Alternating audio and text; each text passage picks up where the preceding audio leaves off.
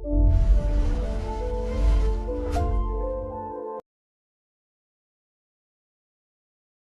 आप जानते हैं, हमारे कपड़ों में इस्तेमाल होने वाला कपास सिर्फ एक फसल नहीं बल्कि सदियों पुरानी भारतीय विरासत का हिस्सा है। आइए जानते हैं देसी कपास की कहानी। देसी कपास की पारंपरिक प्रजातियों में गॉसिपियम आर्बोरियम भी शामिल है।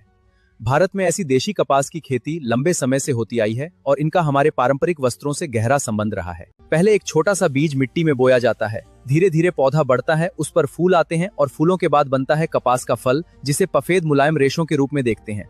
कपास सिर्फ सफेद ही नहीं होता, प्राकृतिक कपास में क्रीम, भूरा और बेज रंग भी होते हैं।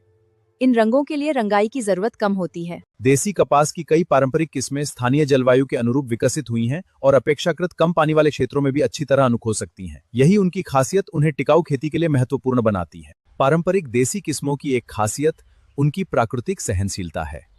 सही किस्म और स्थानीय परिस्थितियों के अनुसार ये कई चुनौतियों का सामना करने में सक्षम होती हैं।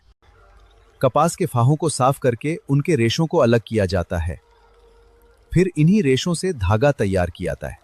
कपास का कपड़ा अपनी मुलायम बनावट, हवा के आवागमन और नमी सोखने की क्षमता के लिए जाना जाता है। इसलिए गर्म और उमस भरे मौसम में सूती कपड़े बेहद आरामदायक महसूस होते हैं। एक कपास के पौधे से लेकर एक सूती कपड़े तक, इसके पीछे किसान की मेहनत और कारीगर का हुनर दोनों छिपे होते हैं। यही इस फसल को सिर्फ एक कृषि उत्पाद नहीं बल्कि हमारी सांस्कृतिक विरासत बनाता है। तो अगली बार जब आप सूती कपड़ा पहने, याद रखिएगा ये सिर्फ एक कपड़ा नहीं है, इसके रेशों में मिट्टी और पुनाई की कहानी छिपी है। और देसी कपास को जानिए, इसकी विरासत कोड़ी, इस खूबसूरत कहानी को आगे बढ़ाइए।